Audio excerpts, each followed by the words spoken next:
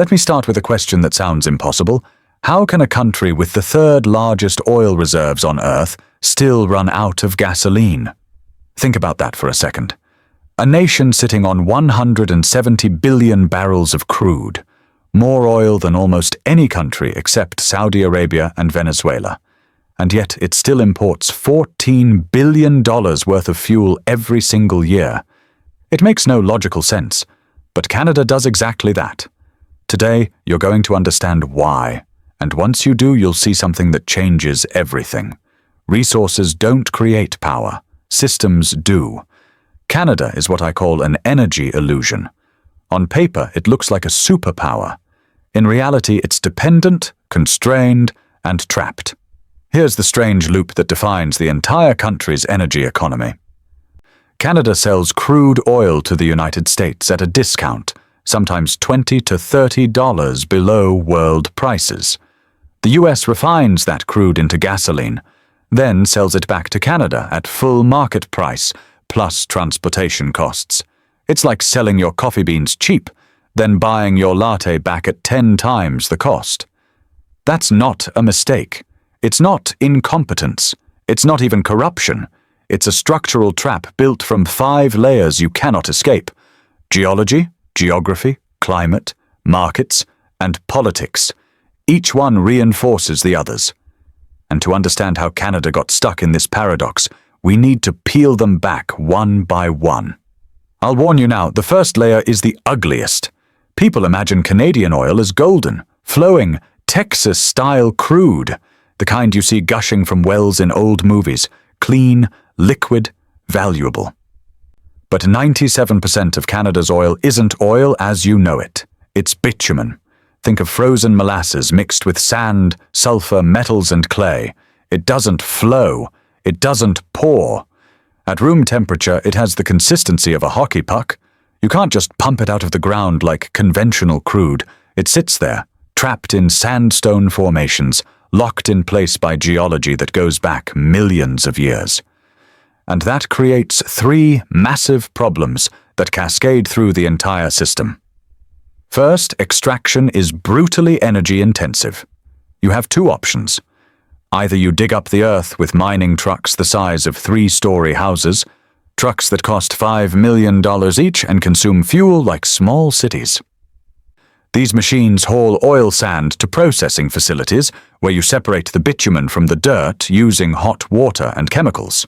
Or you drill horizontal wells deep underground, then inject high-pressure steam to melt the bitumen enough that it flows toward your wellbore. But here's the catch. To make that steam, you burn natural gas. Massive amounts of it. You're burning energy to get energy. You're consuming fuel to produce fuel. The energy return on investment is terrible compared to conventional oil. For every 10 units of energy you extract from oil sands, you've already consumed 3 to 4 units just getting it out of the ground. That inefficiency is baked into the geology itself. There's no technology on Earth that can change physics. Second, transportation becomes a nightmare. Bitumen is so thick at normal temperatures that it won't move through pipelines. It's like trying to pump peanut butter through a garden hose. So Canada has to dilute it with lighter hydrocarbons, usually natural gas condensates imported from the United States. This creates something the industry calls dilbit, diluted bitumen.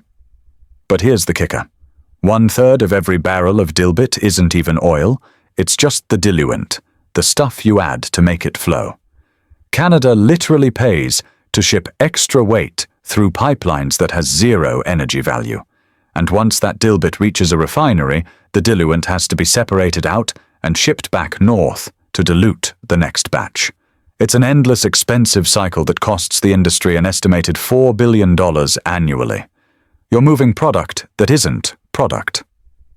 You're paying for pipeline capacity that generates no revenue. Every pump, every valve, every storage tank handles material that will never become gasoline. It's pure economic waste built into the system. Third, refining bitumen requires rare, expensive technology that most refineries simply don't have.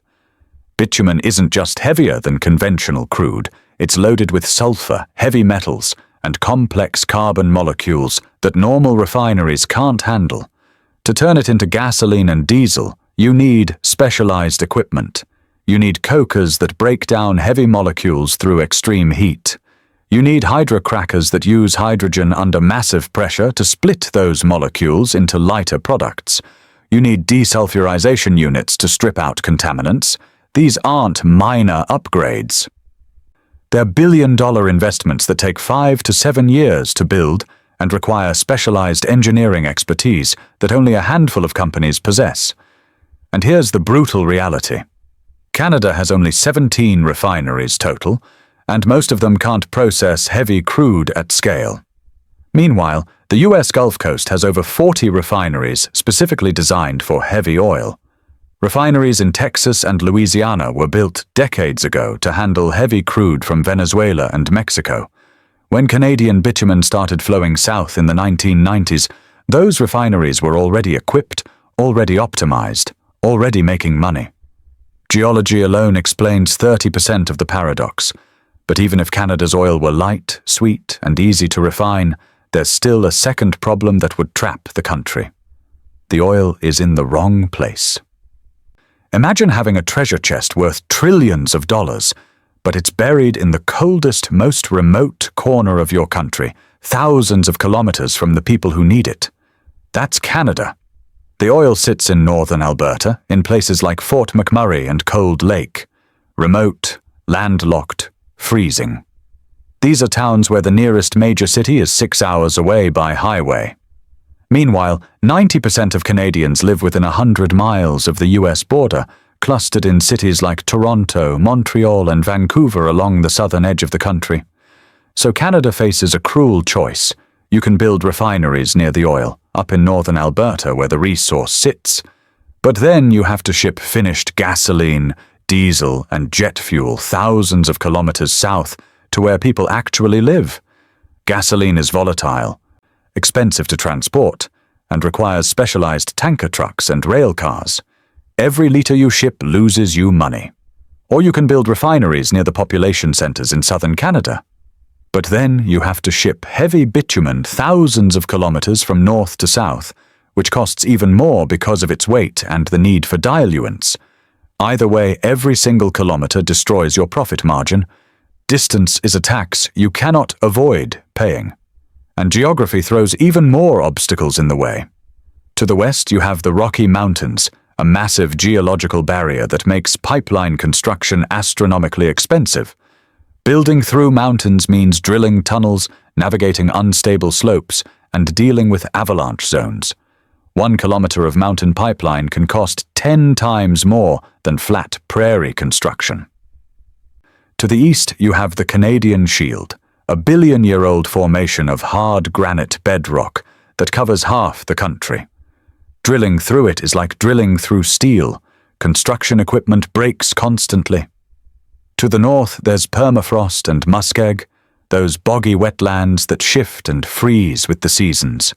You can't build stable foundations on ground that moves.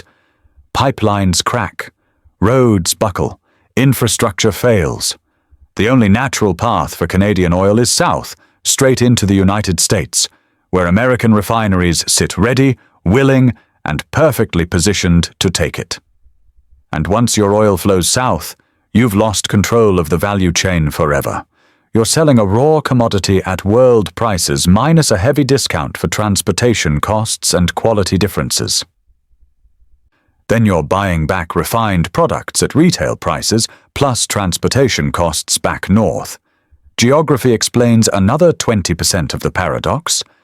But even if Canada could somehow overcome the geological and geographical challenges, nature still wasn't done punishing this country.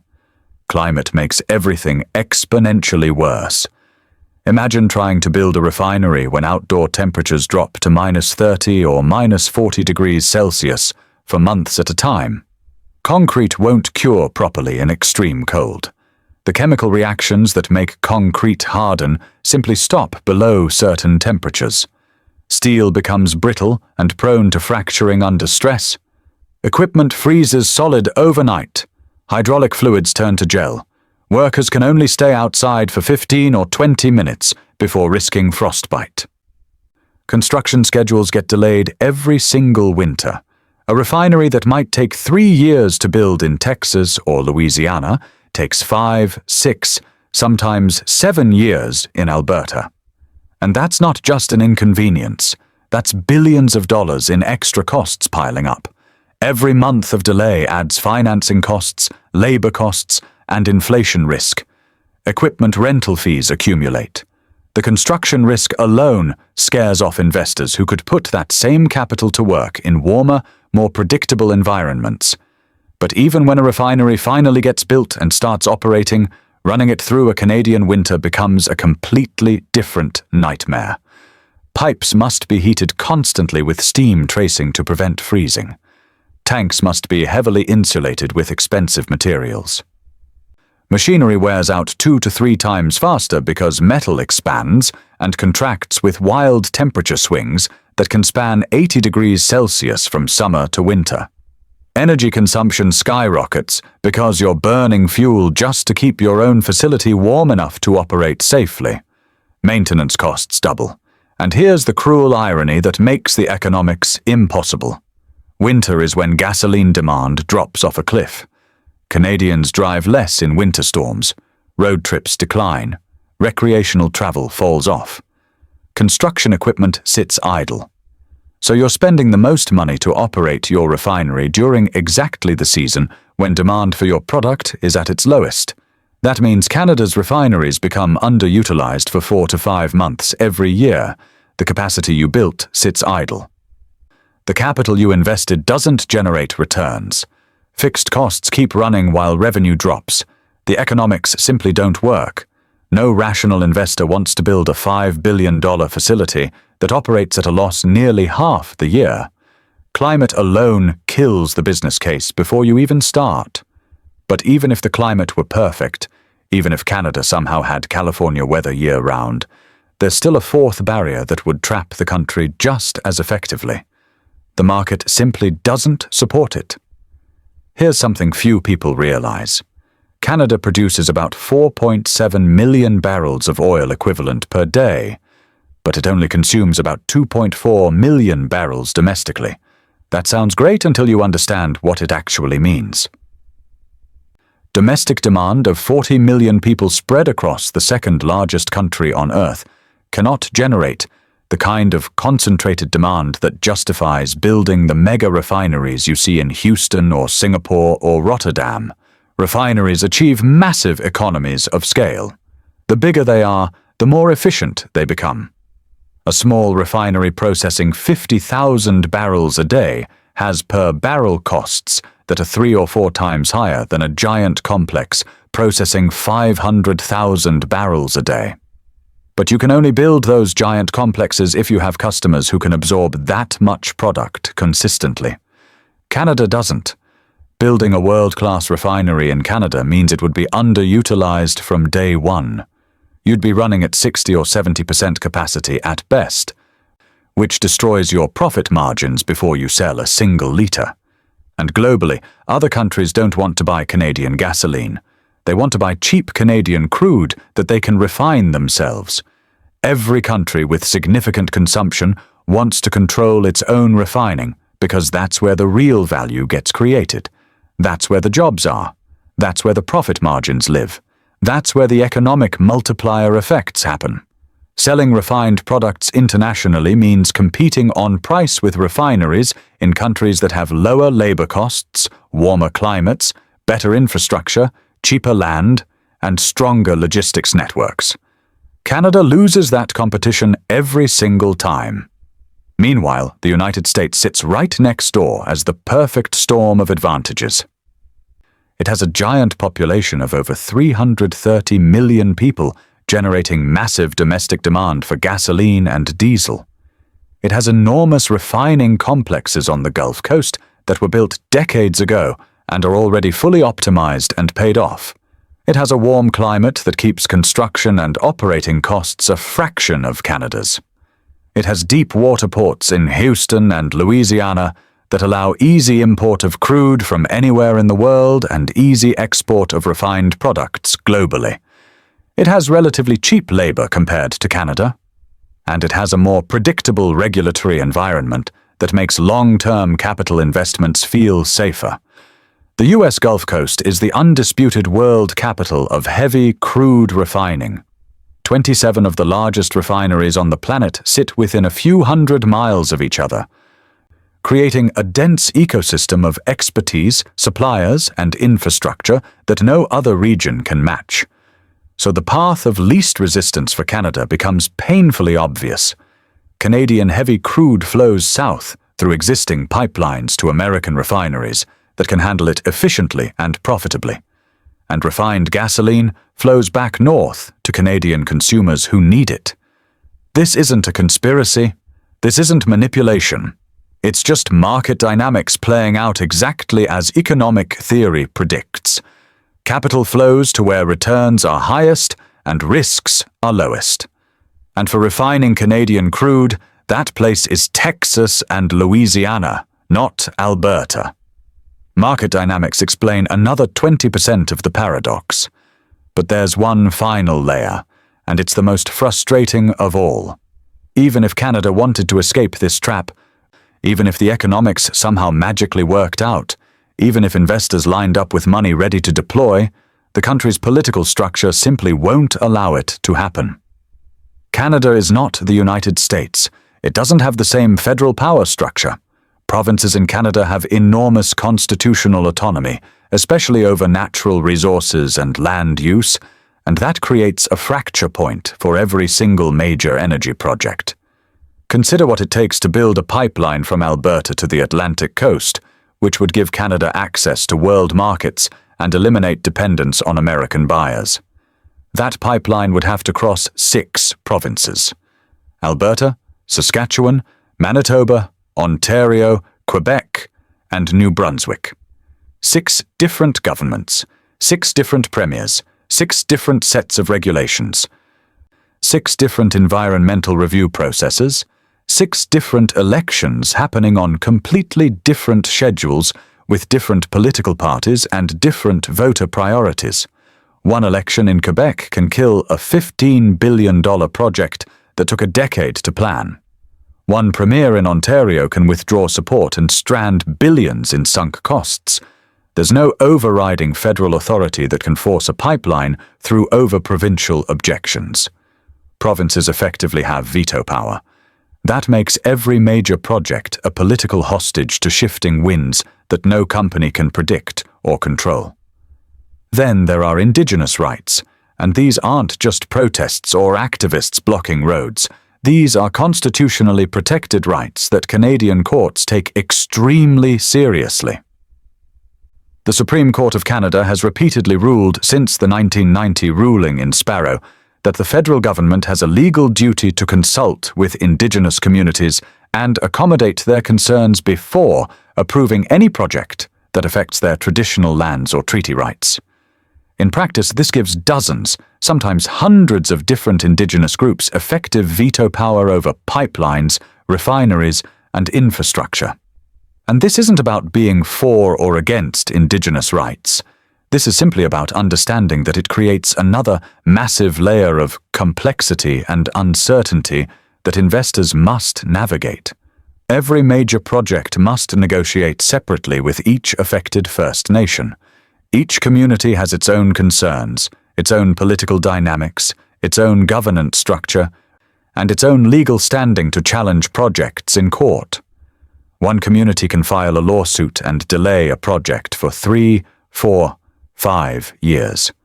Appeals can stretch on seemingly forever. And during all that time, billions of dollars of capital sit locked up, earning no return whatsoever, while the sword of cancellation hangs over everything. The risk becomes uninsurable, the timeline becomes unpredictable, and investors walk away. Then there are federal regulations, which have become increasingly slow, complex, and politically unpredictable. Every major energy project in Canada now faces multi-year environmental impact assessments, federal regulatory hearings, provincial regulatory hearings, public consultations that can be reopened multiple times, and waves of legal challenges from environmental groups with deep pockets and sophisticated legal teams. The process is designed to be thorough and democratic, which sounds wonderful in theory. But in practice, it creates massive uncertainty that capital markets hate. A project that gets approved under one government can be reviewed again or outright cancelled under the next government for purely political reasons. Ministers can overturn regulatory panel decisions, courts can send approved projects back for additional rounds of review based on procedural technicalities, and every single delay costs enormous amounts of money. Every year of delay is another year of financing costs eating your returns, another year of inflation driving up construction budgets, another year where global market conditions can shift and make your entire project uneconomical, another year where competitors in other countries build their infrastructure and capture the market share you were counting on.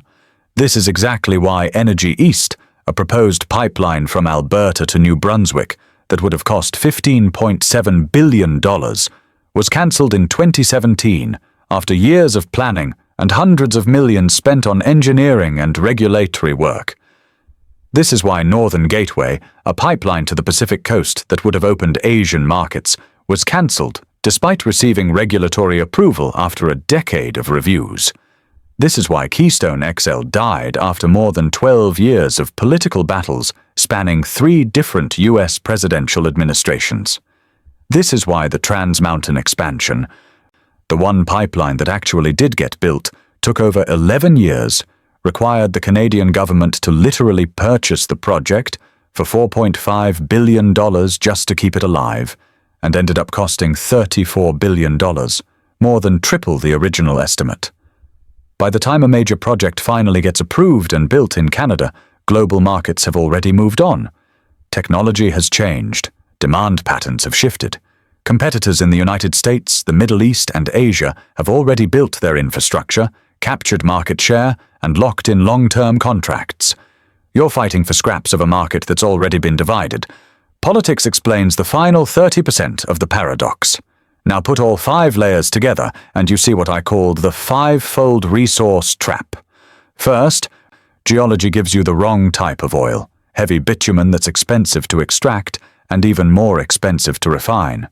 Second, geography puts that oil in the wrong place, thousands of kilometers from population centers and locked behind mountains, ancient bedrock, and frozen bogs.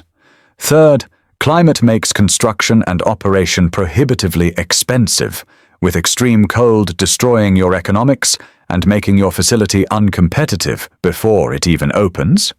Fourth, markets are too small domestically to justify world-scale facilities and too competitive internationally for Canada to win on price. And fifth, politics fragments decision-making power across so many different veto points, from provincial governments to Indigenous communities, to federal agencies to courts, that nothing can actually get built within a reasonable time frame or budget. Each layer alone would be challenging. Together, they create a trap that no amount of money, technology, or political will can overcome. Canadian oil isn't a blessing. It's a resource curse with polite branding and nice people apologizing while they sell their wealth for pennies on the dollar. Canada has all the ingredients you could possibly want. Abundant resources, educated workforce, stable government, rule of law. But it doesn't have the kitchen. It doesn't have the system that transforms those ingredients into power. And without the system, without the infrastructure and political capacity to capture value, all that wealth flows somewhere else. The country stays rich in potential, but poor in actual power. And that brings me to the final point, the lesson that extends far beyond Canada, beyond oil, beyond energy, into something universal about economics, strategy, and how the world actually works. Canada's story isn't really about pipelines and refineries and provincial politics.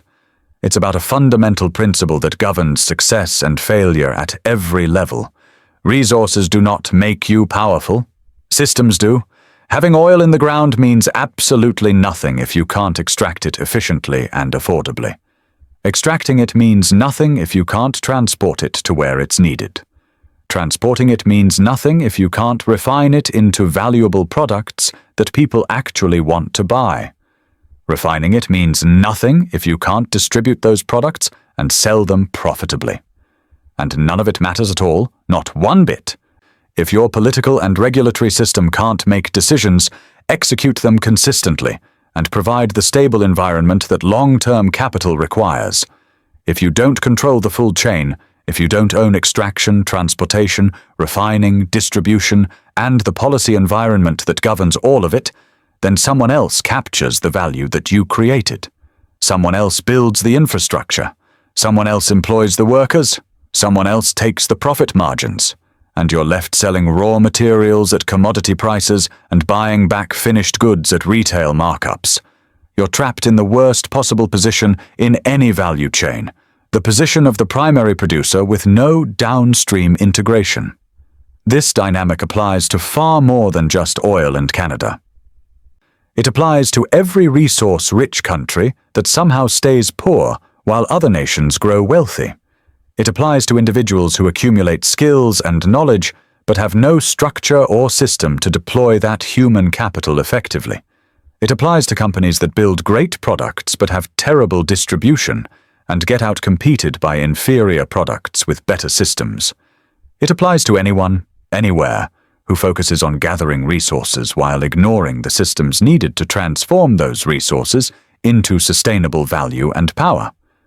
So here's the uncomfortable question you need to sit with and answer honestly. In your own life right now, are you building resources or are you building systems? Are you just accumulating skills, credentials, knowledge, and assets, piling them up and hoping they'll somehow translate into success?